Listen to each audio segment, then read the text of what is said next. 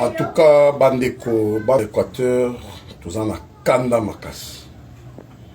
Likambo oyo eleki epai ya ndeko na biso, leki na biso, kolutu pona ba mususu, mwana pona ba papa na biso Équateur, et sepeli si biso ata mokete. Comment on a ba aventurier, ba congolais ba kenda poto, ba yebi eloko te, ba yebi likambo bongo ba kenda kosala na poto te. Tata otindaka mwana na poto po kende kosukola bibembe. Tata otindaka mwana na poto po kende kobukaka ba banque kosala tshekula. Misala ona izo simba lisusu te.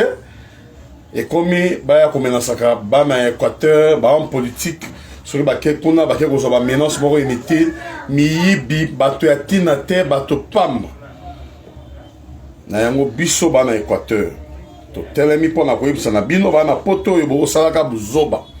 Ngai lokola leader ya jeunesse ya Grand Équateur nazoyebisa na bino oyo ezali avertissement topesi bino me ndeko oyo amekaki kosimba Christian Bosembe na nzoto tosi toyebi adresse ya mama na yo ya tata na yo bakobetama sérieusement image ezolanda na 48 heures bakobetama sérieusement bobeti kuna boza bakongolais bozaka na poto oyo bosalaka eloko te na poto bosukola bibembe awa pe na Kinshasa to na Équateur to na Katanga to wa besika ndeko no azali to na Kasai ba beti à mort wana même gouvernement congolais en tout cas président de la République yeba ke likambo essayé parce que to là d'accord te ba simba mais awa ba ko simba Christian Bosembe ba tout le monde Équateur mo metelem to là d'accord na mona mokete